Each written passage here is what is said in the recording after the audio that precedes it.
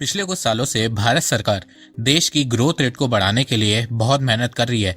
बहुत सारी schemes launch कर रही है, बहुत सारी पॉलिसी बना रही है, रिफॉर्म ला रही है, जिससे देश की ग्रोथ रेट बढ़ भी रही है। जहां 2019 में भारत की ग्रोथ रेट में एक स्लो डाउन देखने को मिल रहा था और भारत की ग्रोथ रेट 4% थी, वहीं 2020 में पेंडेमिक के चलते भारत की ग्रोथ रेट -6% गिर गई थी। पर फिर 2021 में भारत ने रिकवरी की और भारत की ग्रोथ रेट 8.7% थी। फिर 2022 में भारत की ग्रोथ रेट 7% हुई और इस समय 2023 में भारत 7.6% से ग्रो कर रहा है। पिछले 3 सालों से भारत ने अपनी ग्रोथ रेट को 7 से 8% के बीच में मेंटेन करके रखा है और भारत इस समय वर्ल्ड की फास्टेस्ट ग्रोइंग मेजर इकोनॉमी भी है। अब इस मोमेंटम को बरकरार रखने के लिए भारत सरकार पूरी कोशिश कर रही है और चाह रही है कि आने वाले 20 सालों तक भारत 8 से 10% के बीच ग्रो हो। अब क्या ये मुमकिन हो पाएगा या नहीं, आइए जानते हैं। तो नमस्कार दोस्तों, स्वागत करते हैं आपका चार्जिंग पॉइंट हिंदी में। दोस्तों, आज की इस वीडियो में हम जानेंगे कि भारत कैसे 8 से 10% के बीच ग्रो कर सकता है। तो जानने के लिए जुड़े रहिए आप इस वीडियो के साथ। दोस्तों, मैं ऐसे ही इंफॉर्मेटिव वीडियो बनाता हूँ, तो अगर आपको इंफॉर्मेशनल वीडियो देखना पसंद है तो आप इस चैनल को सब्सक्राइब कीजिए, इससे मुझे बहुत ही सपोर्ट मिलेगा। देखो, भारत इस समय वर्ल्ड की फास्टेस्ट ग्रोइंग मेजर इकोनॉमी है और इस डेकेड में भारत वर्ल्ड की फास्टेस्ट ग्रोइंग मेजर इकोनॉमी बना रहेगा। जहां भारत इस समय 7.6% से ग्रो कर रहा है, वहीं चाइना 4% और अमेरिका 2% से ग्रो कर रहा है। पर उसके बावजूद भारत की जीडीपी चाइना और अमेरिका से बहुत ज्यादा पीछे है।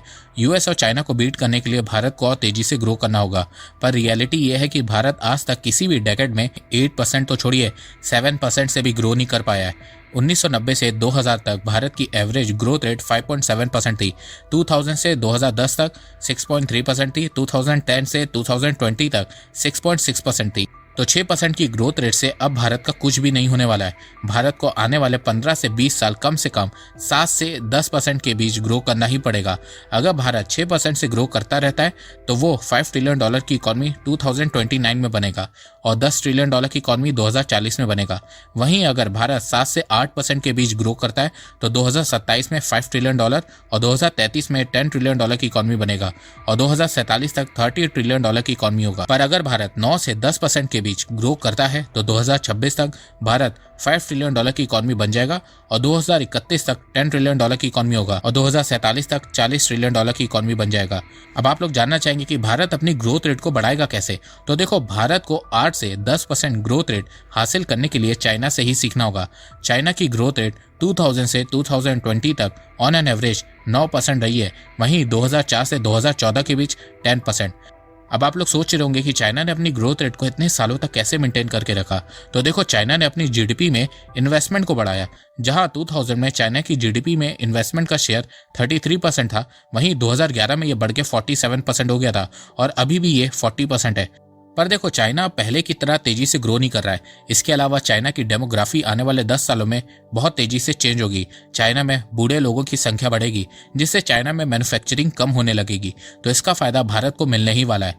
भारत तेजी से ग्रो करेगा, पर भारत को कंसिस्टेंसी मेंटेन करके रखनी होगी। आइए अब जानते हैं कि भारत कैसे 8 से 10% के बीच ग्रो कर सकता है। भारत के रेलवे मिनिस्टर अश्वनी वैष्णव जी ने एस्कोचैम की जनरल एनुअल मीटिंग में एक बात कही है। कैपिटल इन्वेस्टमेंट स्ट्रेटेजी के चलते भारत नेक्स्ट 20 ईयर्स तक 8 से 10% के बीच ग्रो कर सकता है। अब आप लोग सोच रहे होंगे कि कैपिटल इन्वेस्टमेंट स्ट्रेटेजी ही क्या है। तो देखो, इसका सिंपल सा मतलब यह है कि भारत सरकार को हर साल देश का कैपिटल एक्सपेंडिचर बढ़ाना होगा। मतलब भारत सरकार को साल दर साल देश में ज्यादा पैसा इन्वेस्ट करना होगा।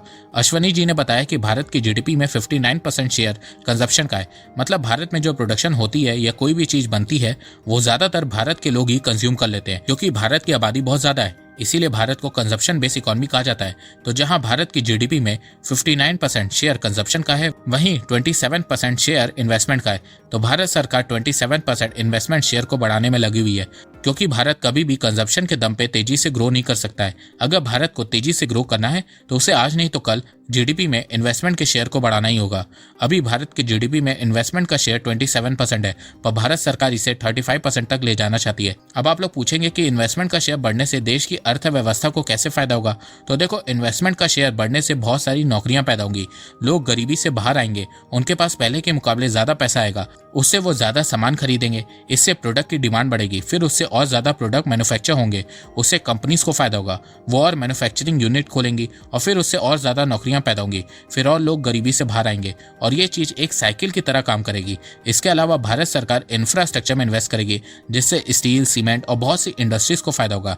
देश का इंफ्रास्ट्रक्चर स्ट्रांग होगा, लॉजिस्टिक की कॉस्ट कम होगी, जिससे कंपनीज को मैन्युफैक्चरिंग करना सस्ता पड़ेगा। बहुत सारी बाहर की कंपनियां भारत में आएंगी, इससे भारत का ट्रेड बढ़ेगा, एक्सपोर्ट बढ़ेगा और फिर भारत की इकॉनमी भी तेजी से ग्रो होगी। ये चीज अमेरिका ने भी की थी, चाइना ने भी की है, south Korea, Japan, Germany, France सब ने की है, तभी उनकी इकॉनमी जल्दी से ग्रो हुई है। इन देशों की सरकारों ने लंबे समय तक जीडीपी में इन्वेस्टमेंट के शेयर को 40 से 45% तक रखा था और अब यही चीज भारत भी कर रहा है। भारत सरकार ने इन्वेस्टमेंट के 3 पाथ बनाए हैं। पब्लिक इन्वेस्टमेंट, भारत सरकार हर साल बजट में कैपिटल एक्सपेंडिचर यानी कि इंफ्रास्ट्रक्चर का बजट बढ़ाएगी। Second, very focus consumption, Bharat सरकार कंज्यूमर मार्केट पे भी फोकस करेगी, वहां पे भी इन्वेस्ट करेगी। और तीसरा है reform and incentives for private industries, Bharat सरकार पीएलआई स्कीम में इन्वेस्ट करेगी और सेक्टर्स को पीएलआई स्कीम से जोड़ेगी, जिससे कंपनीज इंसेंटिव्स कमाने के लिए ज्यादा से ज्यादा प्रोडक्ट भारत में ही मैन्युफैक्चर करेगी। देखो, भारत के लिए 20 सालों तक 8 से 10% की ग्रोथ रेट मेंटेन करके रखना कोई बड़ी बात नहीं है।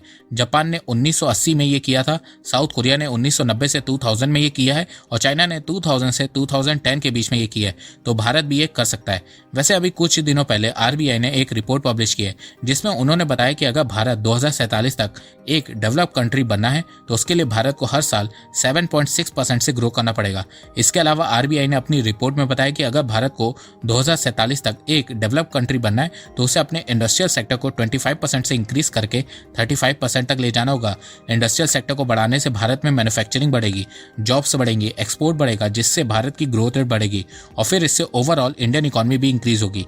इसके अलावा एक और वजह है जिसके चलते आने वाले समय में भारत और तेजी से ग्रो कर सकता है और वो है डेमोग्राफिक फैक्टर। कई एक्सपर्ट्स का मानना है कि जो पॉपुलेशन का एडवांटेज चाइना को 15 साल पहले मिला था, वही एडवांटेज आज भारत को भी मिल रहा है।